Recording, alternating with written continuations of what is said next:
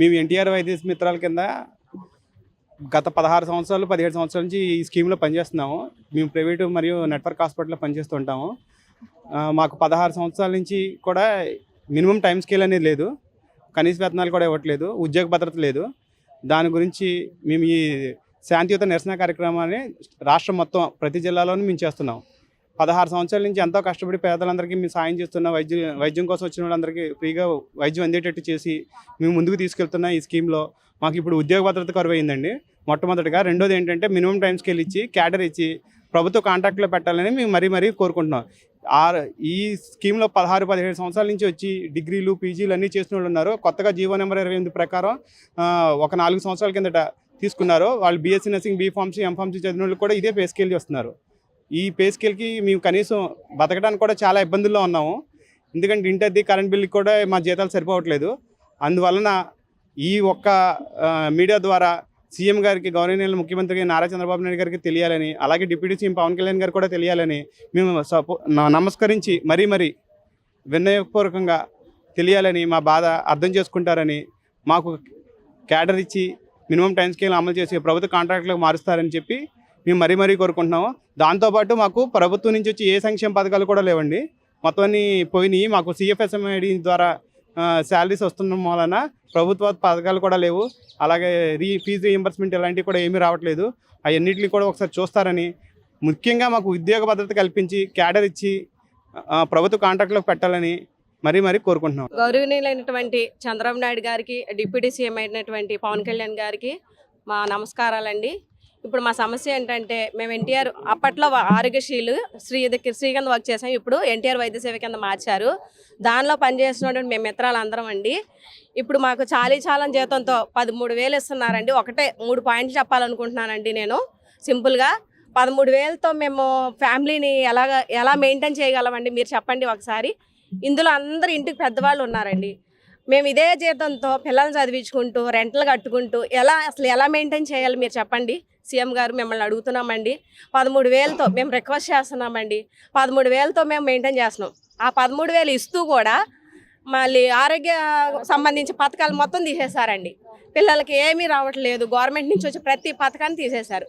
అసలు ఎలా అండి 13,000తో ఒకవేళ మేము మా జబ్బు పడితే హాస్పిటల్లో కట్టుకోవాలంటే మేము ఏం పెట్టి మెయింటైన్ చేసుకోవాలండి? ఏం పెట్టి అవి మేము కట్టుకోవాలండి మీరు చెప్పండి ఒకసారి. 13,000తో ఇంటి రెంట కట్టుకోవాలి, పిల్లల్ని చదివించుకోవాలి, ఇదే 13,000తో. మా మిత్రాల్లోనే ఒక్కొక్కళ్ళు 58 సంవత్సరాలు ఉన్నారు, 52 సంవత్సరాల వాళ్ళు ఉన్నారు. వీళ్ళందరూ ఇంటికి పెద్దవాళ్ళు.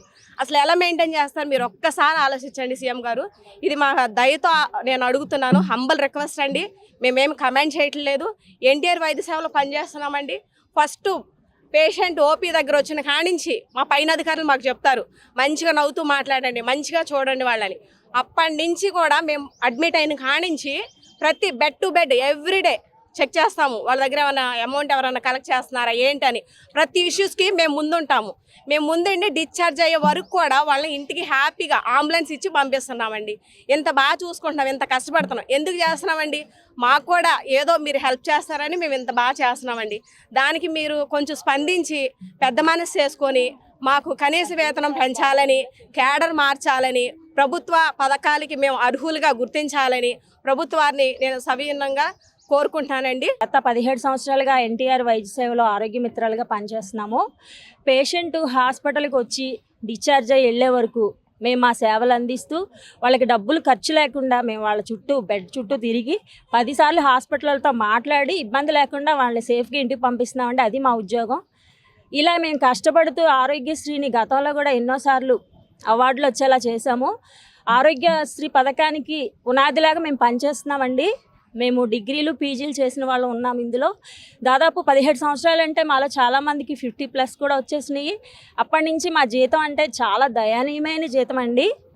ఎలా అంటే కనీసం మాకు ఒక క్యాడర్ లేదు, ఒక గుర్తింపు లేదు, ఎంత కష్టపడినా విలువ లేదు, కనీసం కాంటాక్ట్లో కూడా పెట్టలేదు, జీతాలు పెంచట్లేదు. గతంలో ఇదే విషయం గురించి మేము చాలాసార్లు అడిగినప్పుడు అధికారులు పిలిచారు, కానీ మేము అడిగిన మా అవసరాలు కానీ ఏది తీర్చలేదండి.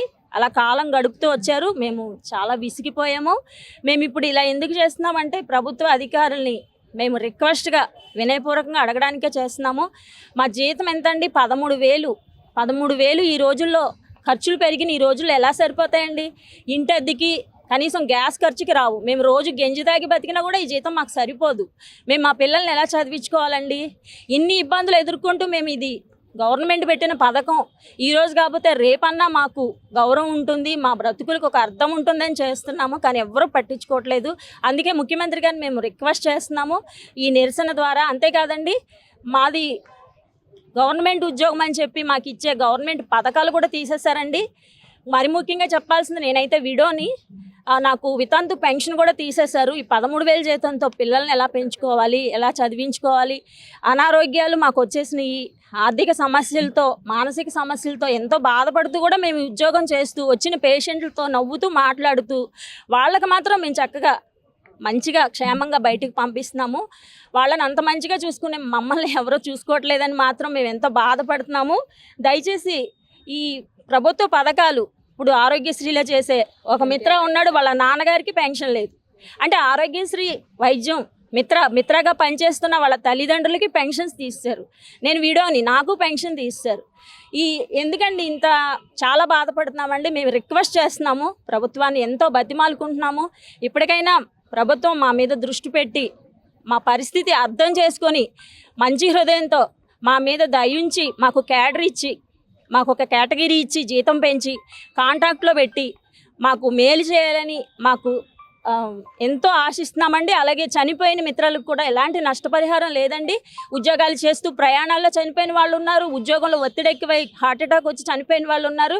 వాళ్ళని కూడా దృష్టిలో పెట్టుకుని వారి కుటుంబాలకు కూడా సహాయం అందించాలని మేము వినయపూర్వకంగా సీఎం గారికి అయితే తెలియజేసుకుంటాం. మరిన్ని వీడియోస్ కోసం ఛానల్ ని సబ్స్క్రైబ్ చేయండి. లేటెస్ట్ అప్డేట్స్ కోసం వాట్సాప్ ఛానల్ ని ఫాలో అవ్వండి. ఆ లింక్ డిస్క్రిప్షన్ లో ఉంది.